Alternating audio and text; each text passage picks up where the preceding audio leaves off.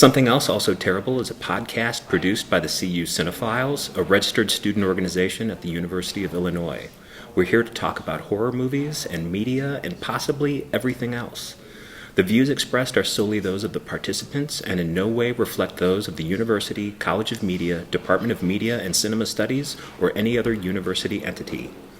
Today we are here with... I'm James Hall. I'm president of the C-U CineFile. And I am Nick Arroyo. I'm also a co-president of C-U CineFile. And I'm Jon Knipp. I am a lecturer in the Department of Media and Cinema Studies. I teach a horror movie class called A World of Death and Blood.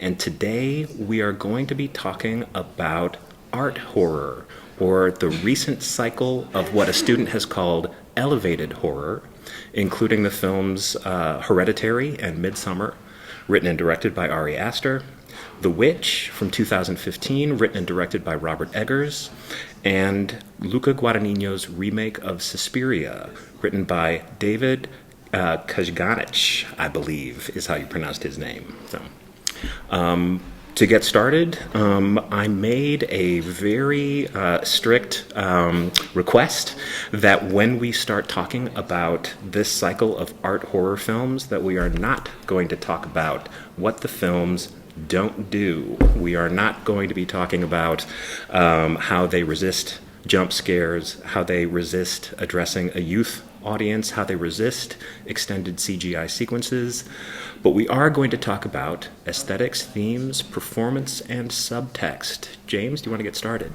Well, I think it's probably good to define first what we consider art horror, right? So for me, art horror is pretty recognizable. It reminds me of that quote, I can't fully describe it, but I know it when I see it. That's, I believe, what the Supreme Court said about pornography. Right. Well, that can be heavily included in art horror. I'm afraid so. Seen in some of these films, specifically Midsommar. But I think for me, it usually means a more slow burn. There's surreal imagery, often graphic imagery. Sex and violence can be taken literally or metaphorically. And there's an emphasis on tone overall. So that's how I usually judge art horror, but I don't know. What do you guys think? I think a huge part of this recent wave of art horror films is definitely representative of the prevalence of the auteur in all of these. In some of the films you just mentioned, John, Midsommar and Hereditary, Ari Aster is both the writer and director of those films. Those films are totally his vision, and they have a coherent aesthetic to them, which sets them apart not only from other art horror films, but just any films coming out in that kind of cycle when they're released.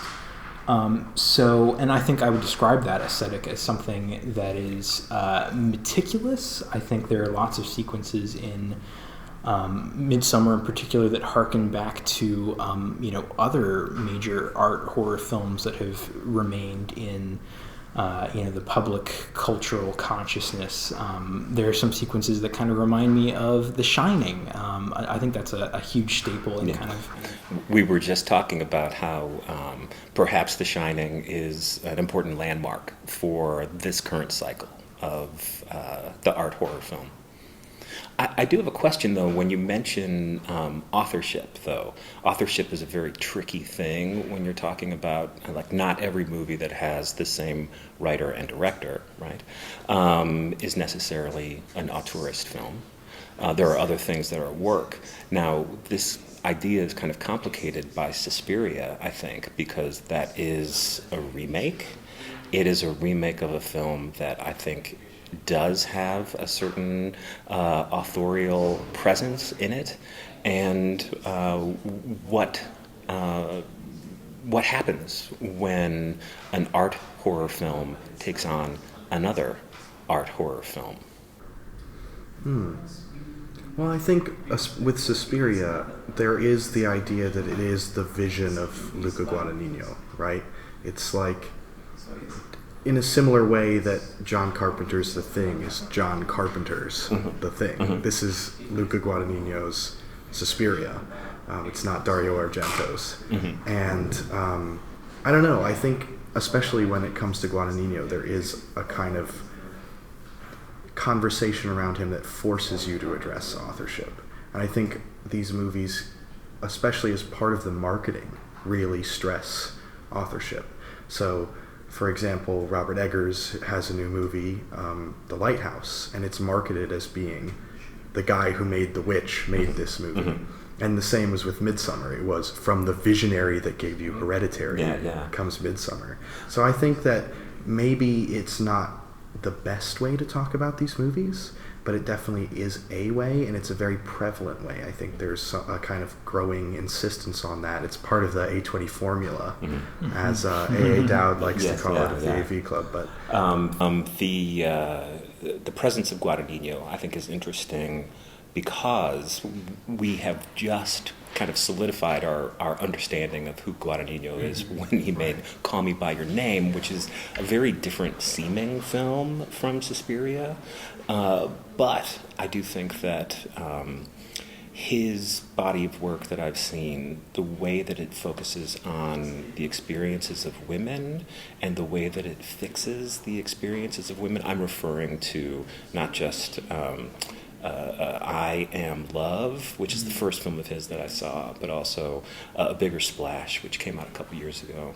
But it also kind of takes these women of interest to the filmmaker and puts them in these spaces, environments, big, beautiful homes, and in the case of Suspiria, this dance studio. And it kind of lets these women that fascinate the director kind of interact with each other. And so I guess that's where I see Suspiria as being like a Guadagnino film, although one in which bodies are kind of ripped apart.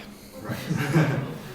Well, let's go back to the aesthetic question that you were talking about, Nick, and describe with just the two films that we're talking about from Ari Aster, what would you say his aesthetic is? Well, it's funny because I think, especially when we're talking about Hereditary, I'm kind of jumping ahead because there's so much overlap between how that film is shot and the other kind of its other textual inferences, especially in Hereditary, the dioramas that Toni Collette is making, because there's part of what I love about Hereditary is how so many of those bedroom sets and her office is kind of shot like we're looking at a diorama. So that's something I don't think I see very often, either in art house horror or mainstream movies. It really sets it apart from anything else. There's a tendency, I think, in Ari Aster's style in Hereditary to not just show you like the stage of the floor and the arrangement of the objects in it, but you also see the walls closing in and you see the ceiling as well. So there is an effort to turn the sets into kind of large-scale dioramas. Yeah, it seems like a thematic motif between the two movies, because when you think of Hereditary, the idea is that everything's compartmentalized and well-designed, and that all the decisions are predetermined. Meticulous. Right. And the same thing is true of Midsummer, where they see murals and paintings that are present in the very first scenes of the movie that are telling you what is going to happen. So it's almost that the doom of these characters in the film is predetermined, and that's something that I find fairly interesting, that is a commonality between the two. It's definitely, at the very least, he likes that in a horror movie. It doesn't have to have a greater meaning than that, but it could. Are you suggesting that Aster is actually like telegraphing to the audience what they can anticipate seeing through the use of, say, the dioramas or the tapestries and what are they, like frescoes that they're like murals that are painted on the walls? I think certainly in Midsummer that's true, because there are pictures of like a princess dancing with a bear in the protagonist's apartment at Yeah. the beginning of the film.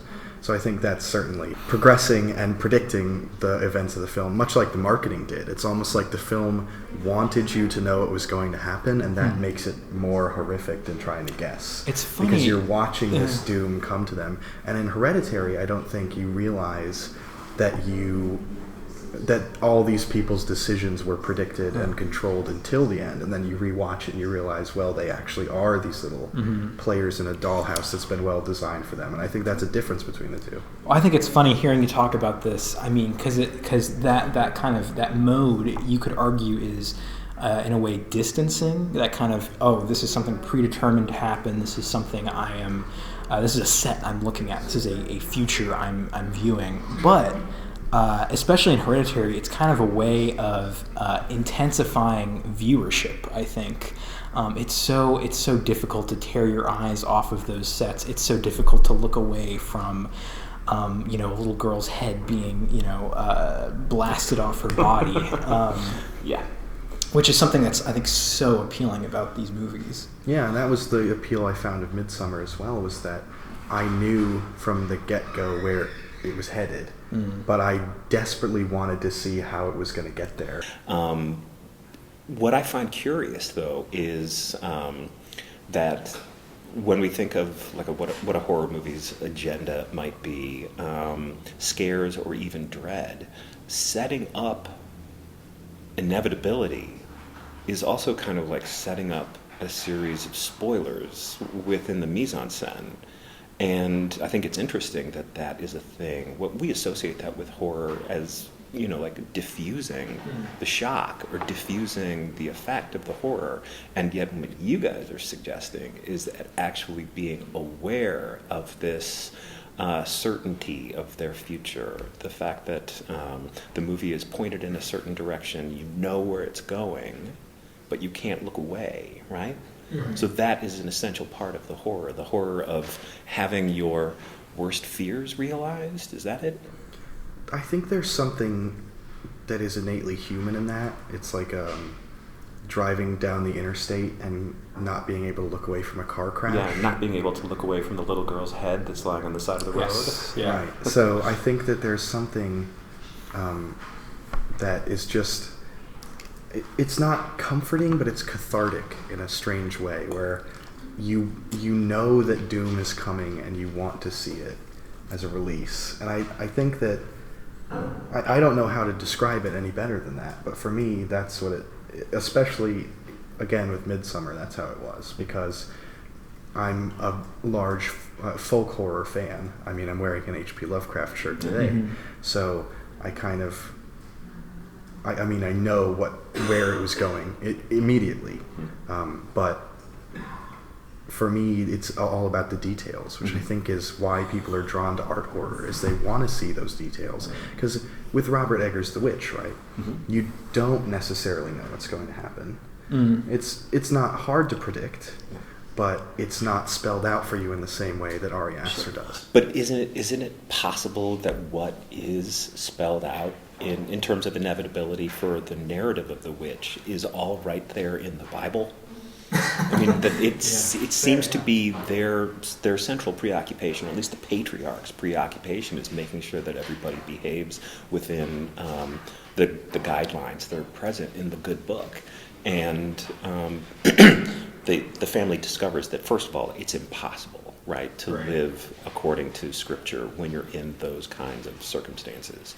And that it is also inevitable that I don't know if it's because of their inability to adhere to this Scripture, or if it is just inevitable that they're going to be consumed by the woods anyway. I think that's what the inevitability is, what all three have in common. That's interesting. It's like you want to see your worst fears be realized. And that's something, too, that you may not gasp in the theater that, that's the situation, but this is something that's kind of an existential dread, I think, that kind of hangs on your person as you leave. And what's so funny, too, is because I was reading about this in preparation for this podcast. I mean, a lot of people who were leaving The Witch, as they were polled, they weren't scared by it, and that was a huge complaint. There was nothing that quote unquote scared them. And I think that kind of leads us to an even more complicated question, which is, do horror movies need to be scary, or do they need to scare us, and what does that mean? But that, I think, is a good question for James, because this is something that I've mentioned a lot in class, and I can summarize it, but I'm curious about what James has to say about this. I mean, for me, horror scares in different ways, right? So there's the way that we seem to take for granted, which is like to be immediately startled, but that's not a lasting fear. That's not a dread or something that keeps you up at night. That's like, oh, like that spooked me. Whereas I think with something like that existential dread that you feel when you leave The Witch or Midsummer or Suspiria, for that matter, it's less about the shock and the fear than it is about the lingering imagery and that kind of. It leaves its mark on you in a different way, where you've seen something horrific, and you've internalized that instead of just letting it wash over you. You've actually taken the time to process it, and it takes time to process. And so I think that's a different type of fear that, at least for me, and this is just a biased opinion, is more effective. That I would prefer to have that lasting mark left on me than to be like, oh, that was a well executed. Like even like. Because I am a huge horror fan, right? And I appreciate a jump scare, right? I like it, despite there's a large percentage of the film population who say jump scares are bad. Yeah. I think well-earned jump scares are good. The James Hall, I know, is part of that population. Right, and I was a large proponent of hating jump scares for a long time. But I think that well-earned jump scares, used properly, can be really effective because you're like you jump and it builds the tension well, but I think they're not nearly as effective and don't leave nearly as lasting a mark as an image like Toni Collette like sawing her own head off. I think there's something so visceral and horrific about that it touches you in a different way. It's funny too, because I think so much of what Hereditary is concerned with is what happens after the jump scare. It's a movie really about the grief and trauma of losing someone so close to you, and what that lasting impact. I think when I think of a specific moment in Hereditary that really resonates with me, it's not the kind of like the shrieking hysteria of. Not just Toni Collette's character, but really any of the characters who are just kind of pitched to that degree.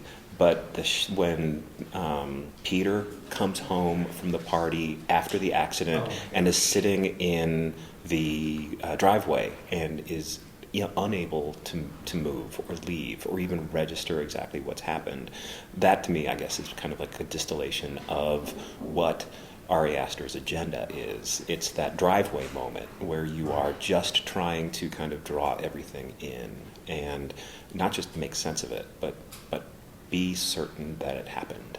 Right. And to me, like I am left that way after both of those movies, or I was when I saw them in the theaters.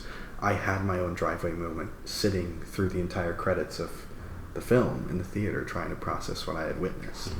And I have never gotten that from another horror movie I've seen in a theater. So, I mean, there are movies that I finish and I'm like, wow, that was great. But I've never had to sit and just process what I've seen.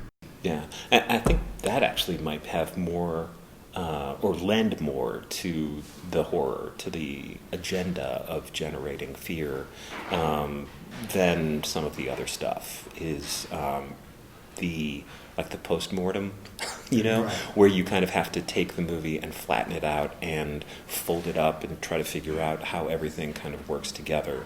And you're supposed to do that at the end of the movie when already you're just kind of in pieces.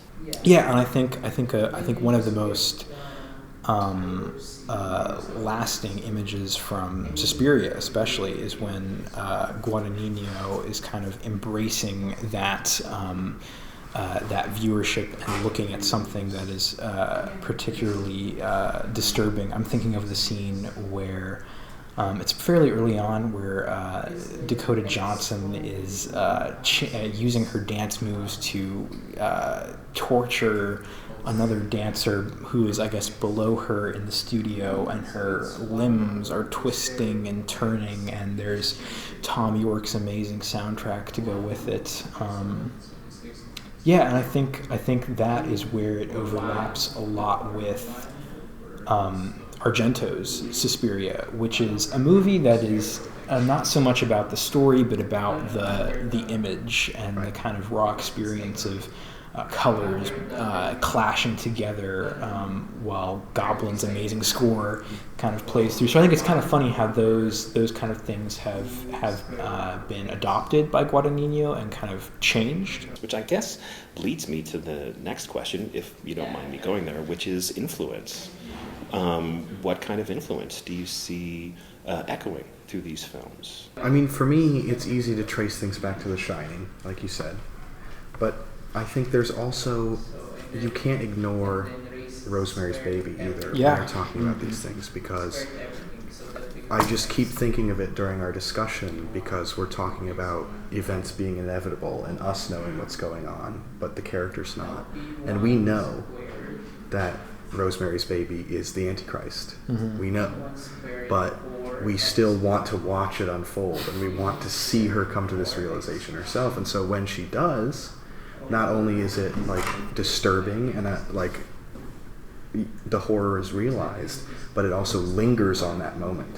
It, instead of just saying, "Hey, devil baby," credits, it makes you watch her not only realize that she has given birth to the Antichrist, but come to accept that. She taps into her maternal instinct in just a matter of seconds. Right, and so there's something about that final image of Rosemary's Baby that to me is what sums up art horror and the factors that have influenced art horror. Mm-hmm. Well, I think Rosemary's Baby is actually like really valuable, and sadly, perhaps, a lot of early Roman Polanski fits into that framework of art horror.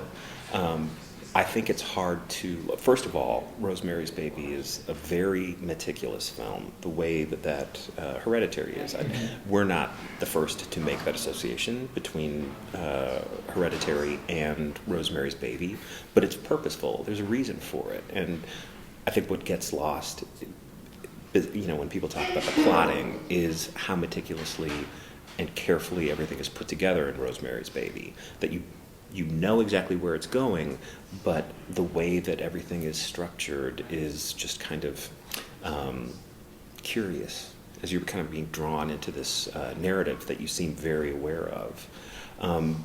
Also, I don't know if you guys have seen the Roman Polanski movie Repulsion, but as we were talking about this, Repulsion, I start to see echoes of that film in Midsommar, because Repulsion is a movie about a woman's trauma affecting her perceptions of reality. Now, there are more, it's more within her own kind of psychological landscape that the action unfolds. So whereas in Midsommar it's more external, right?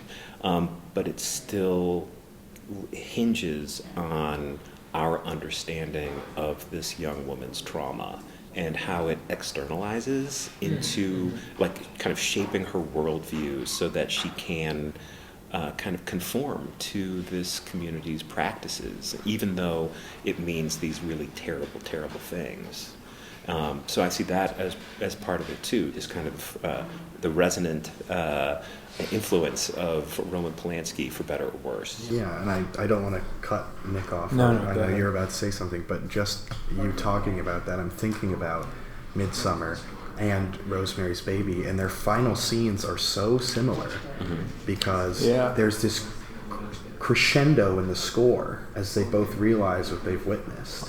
and you watch as they come to the acceptance of that, where in Midsummer we see our protagonist smiling and becoming like, she is happy that she can literally throw every problem that she's had into the fire and become better, progress. And the same is true of Mia Farrow's character in Rosemary's Baby. You watch the score crescendos as she comes to the realization she takes on her role and has a new family, and it's what she wanted. Yeah. So I don't know, I think there's a really cool parallel there. Yeah.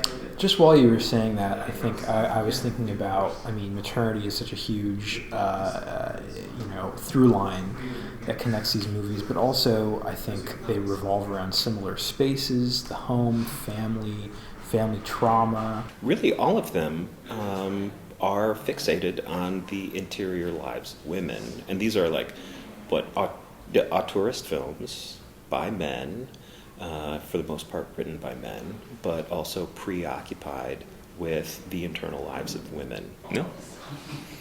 That to me is, actually might be a good way to finish up, too, since we are addressing the fact that a female voice is necessary and perhaps absent from this conversation. But I also think it'll give us an opportunity to start the conversation up again. But I think we can also start to accumulate some more movies in this category to talk to. Maybe this is the first of a series of art horror films. Thank you very much. Thanks, everyone, for listening. We look forward to everyone tuning in for our next installments, and keep your ears peeled for what those might be. Thank you very much.